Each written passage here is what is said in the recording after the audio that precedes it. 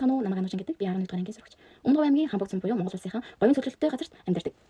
Миний амьдарч байгаа газарт гэвэл залуучуудын хувьд бидний хувьд маш их хогны асуудал ихээр байдаг. Өөрөөх хэмжээд ингээд судааж үзэхэд ингээд гудамж талбай болон сургуулийн хогийн савн хүлцээгүй, тэр байгаа савн ч гэсэн маш ингээд сагцсан, хүлцээгүй, хог нь ингээд дагцсан. Тийм асуудал бас ингээд гудамж талбайгаар явж хахад ингээд хогнууд нь энэ тийм ингээд хаягдсан. Манай сум маш олон юм багсмал талбайтай. Гэхдээ ганц ямар ч хогийн сав байдаггүй.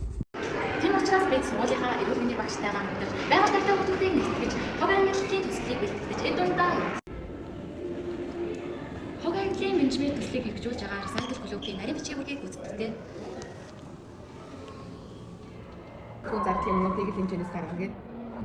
Энийг ингээд одоо бүгд ингээд хэсэг хэсэгчээр ингээд дөрвөн мангад явсан шүү дээ. Найбар ингээд гарч байгаа гэсэн. Байдаг гэж болно. Хэсэгч нарийн бичих хоёр персентажны бэлдэж.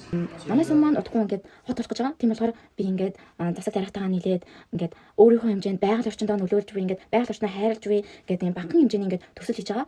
За би яг юу хийгээд байгаа вэ гэвэл ийм байгаа зүйлийг ийм болгоно гэсэн үг. Ийм байгаа газрыг ийм болгоно.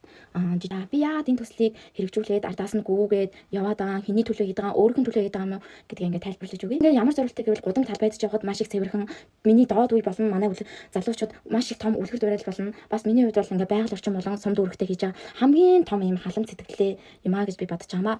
Анхаарал хандуулсанд баярлалаа.